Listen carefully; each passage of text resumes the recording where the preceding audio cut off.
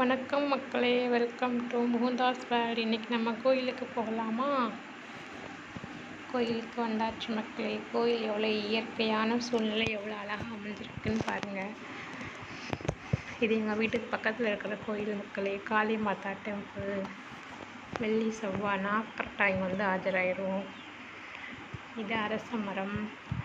இவங்க அரச மரத்துக்குலாம் ஏதோ ஒரு ஃபங்க்ஷன் அப்படின்னா அரச மரத்துக்குலாம் ஒரு நூல் சுற்றிலாம் சாமி கும்பிட்றாங்க. அதை பற்றி எனக்கு தெரியல மக்களே, தெரிஞ்சால் சொல்கிறேன். இப்போ நம்ம சிவனை பார்க்க வந்திருக்கிறோம்.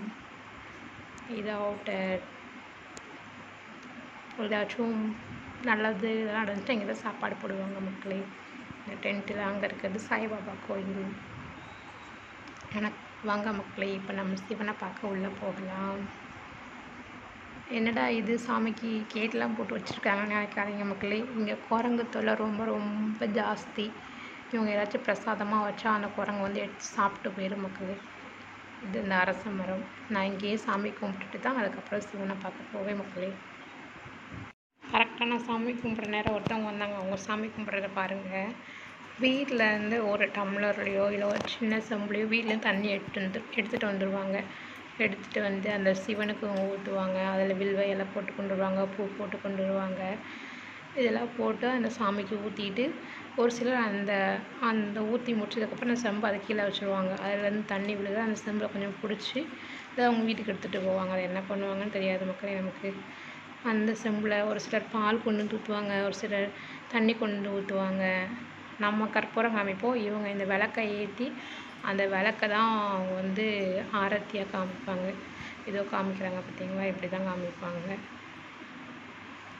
இவங்க பிரசாதம்லாம் வித்தியாசமாக இருக்கும் மக்களே. சீனி, கோதுமை, கல்கண்டு நம்ம வைக்கிறது தான்.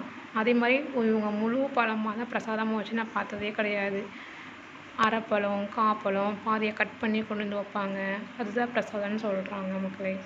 எனக்கு அதை பற்றி எதுவும் தெரியல. நம்மளாம் முழு பழமாக தான் நான் போய் இவங்க அரை அப்படி கால் அப்படி தான் வைப்பாங்க.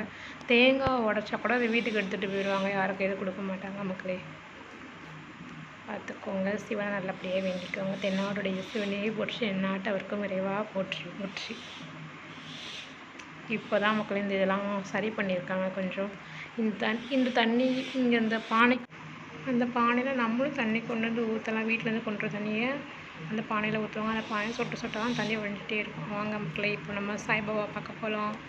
இந்த சாய்பாபா சிலை இப்போ தான் மக்களே வச்சாங்க.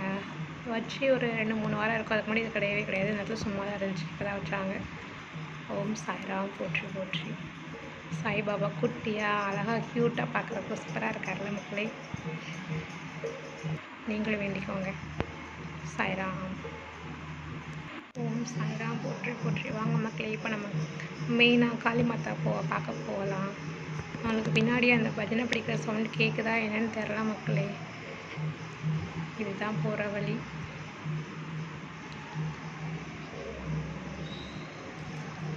எவ்வளோ இயற்கையில் எவ்வளோ அழகாக இருக்குது. ரொம்ப ஸ்பெஷலான கோயில் மக்களே. ரொம்ப சக்தி வாய்ந்த தெய்வம் இந்த காளி மாதான்னு சொல்கிறாங்க. எவ்வளோ அழகாக பசுமையாக இருக்குது பார்த்தீங்களா. மெயின் ரோடு மக்களே, அது எங்கிட்ட போகிறது. வாங்க இப்போ நம்ம காளி மாதா கோயிலுக்குள்ளே போகலாம். எங்கேயும் நீங்கள் நினைக்காதீங்க மக்களே, ஏன் பூட்டியிருக்காங்கன்னு சொல்லிட்டு. சேம் குரங்கு தொல்லைனால தான். ஓகே, கோயிலுக்குள்ளே வந்தாச்சு மக்களே. என்ட்ரன்ஸில் 2 தெய்வம் இருக்காங்க. லக்ஷ்மி தாயார் இருக்காங்க, சரஸ்வதி தாயார் இருக்காங்க. டீட்டெயிலாக உங்களுக்கு இன்னும் ஒரு நாள் பிளாக் எடுத்து காமிக்கிறேன் மக்களே. காளி மாதா எல்லோரும் வேண்டிக்கோங்க. இவ்வளோ நிறைய பேர் நாங்களும் எடுக்க முடியல மக்களே. இதான் அந்த காளி மாதா. ஓம் ஜெய் காளி. இன்னொரு டைம் நான் உங்களுக்கு ஃபுல் வீடியோ எடுத்து காமிக்கிறேன் மக்களே. இப்போதைக்கு என்னோடய வீடியோ பார்த்தமைக்கு மிக்க நன்றி.